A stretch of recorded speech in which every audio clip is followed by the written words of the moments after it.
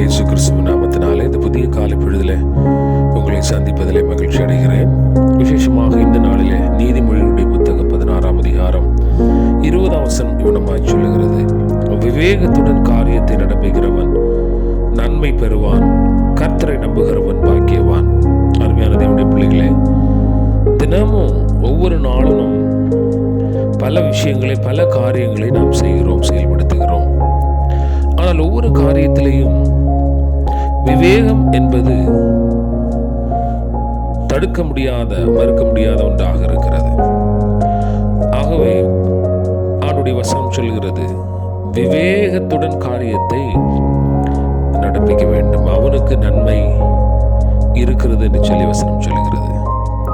நாம் செய்யக்கூடிய காரியங்களில் விவேகம் இருக்கிறதா, விவேகத்துடன் காரியத்தை நடப்பிக்கிறவர்களாக இருக்கிறோமா என்பதை இந்த காலப்பொழுதில் யோசித்து பார்க்க வேண்டும். அடுத்த வரி இவனமாய் சொல்லுகிறது, கர்த்தரை நம்புகிறவன் பாக்கியவான். ஆமென். வேதத்தில் நாம் திரும்ப திரும்ப பார்க்கக்கூடிய ஒரு விஷயம் அதுவாக இருக்கிறது. சங்கீதங்களிலே பார்க்கிற பொழுதும் கர்த்தரை நம்புகிறவன் செழிப்பான், அசையாமல் நிலைத்திருக்கும் சீயோன் பர்வதத்தை போல் இருப்பான். இப்படியாக பல காரியங்களை, பல விஷயங்களை நாம் பார்க்கிறோம். ஆகவே இந்த வசனத்திலேயும்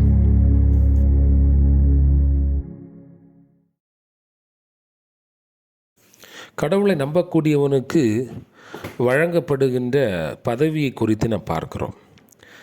ஆண்டவர் நம்பக்கூடியவன் பாக்கியவானாக இருப்பான் என்று சொல்லுகிற ஒரு அடையாளத்தை கடவுள் கொடுக்கிறார். ஆகவே இந்த காலை பொழுதில் நாம் செய்யக்கூடிய செயல்கள், விஷயங்கள், காரியங்கள் விவேகத்துடன் செயல்படுத்தவும், அதனால் நன்மை பெறவும் கடவுளுடைய சமூகத்தில் நம்ம ஒப்பு கொடுப்போம்.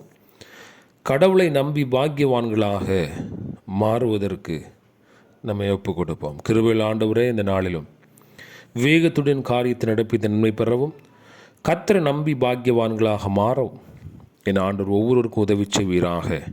இயேசுவின் நாமத்தில் கேட்கும் நல்ல பிதாவே, ஆமென். God bless you.